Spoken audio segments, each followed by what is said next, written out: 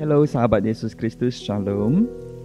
Nah, di kesempatan ini kita belajar bersama dari Yudas pasal 1 ayat 19 hingga 20 dengan tema membangun dirimu di atas iman yang paling suci.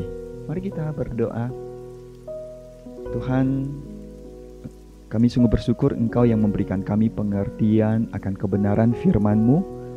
Engkau yang memberikan firman-Mu yang merupakan firman kehidupan di dalam batin kami untuk mengajar kami akan kehendak-Mu, untuk membimbing kami ke dalam kehidupan yang sesungguhnya. Tuhan, bimbing kami. Kami berdoa dalam nama Yesus Kristus. Amin. Nah, Yudas pasal 1 ayat 19 hingga 20 mencatat demikian. Mereka adalah pemecah belah manusia duniawi yang tidak memiliki Roh Kudus.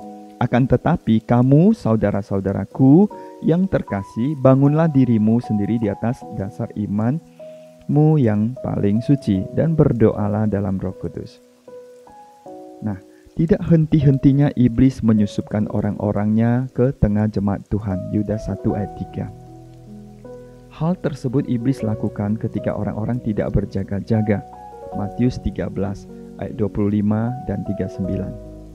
Semakin iblis menyadari dirinya kehabisan waktu, semakin keras ia bekerja. Wahyu 12 ayat 12.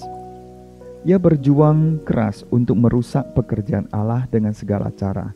1 Timotius 2 ayat 18. Pekerjaan yang dia lakukan diantaranya menyebabkan perpecahan, Yudas 1 ayat 19, merusak damai sejahtera, mendatangkan penderitaan, Wahyu 2 ayat 10, menguasai hati manusia seperti Yudas Iskariot dan Ananias, Yohanes 13 ayat 27 dan Kisah Para Rasul 5 ayat 3, dan membuat orang-orang meninggalkan iman mereka yang murni, yakni inilah keuntungan bagi iblis. 2 Korintus 2 ayat 11. Bagaimana kita membangun diri dalam situasi demikian?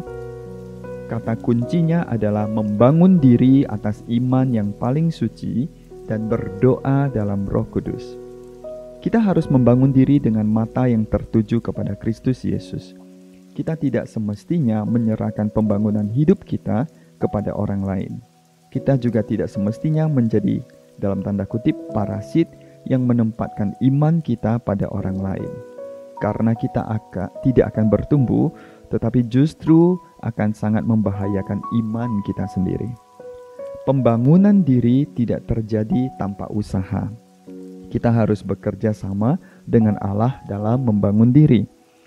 Pembangunan diri merupakan tanggung jawab pribadi yang semestinya kita kerjakan di dalam pimpinan Tuhan. Nah, mengapa kita harus berdoa dalam Roh Kudus? Kita tidak sanggup berdoa tanpa dipimpin Roh Kudus. Roma 8 ayat 26. Sebab Roh Kudus menyelidiki hati kita. Roh Kudus memperkenalkan kehendak Allah kepada kita. Roma 8 ayat 27. Apa perbedaan berdoa sendiri dengan berdoa dalam Roh Kudus? Kita berdoa sendiri apabila kita berdoa dengan pengertian sendiri.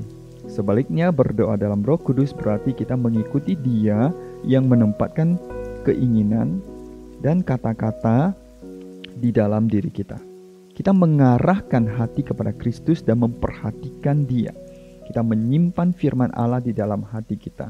Singkat kata, tidak ada yang dapat berdoa dengan benar kecuali ketika doanya dipimpin oleh Roh Kudus. Doa dan iman yang suci merupakan satu kesatuan yang tidak terpisahkan. Kata membangun diri mengingatkan kita akan perintah Tuhan di kitab Hagai, yakni sebelum batu demi batu disusun untuk rumah Tuhan, berkat-Nya tidak akan Dia turunkan. Hal ini mengingatkan kita akan betapa pentingnya pekerjaan pembangunan jemaat. Pembangunan ini harus dikerjakan dengan iman yang suci, iman yang tidak ternodai oleh hawa nafsu atau keinginan diri. Untuk itu, pembangunan ini harus dipimpin oleh Roh Kudus. Kita perlu berdoa, berpuasa, dan menyimpan firman-Nya di dalam hati kita, sehingga kita belajar mengenal kehendak-Nya. Saudara, mari kita membangun diri di atas iman yang paling suci. Kiranya Tuhan menolong kita. Amin.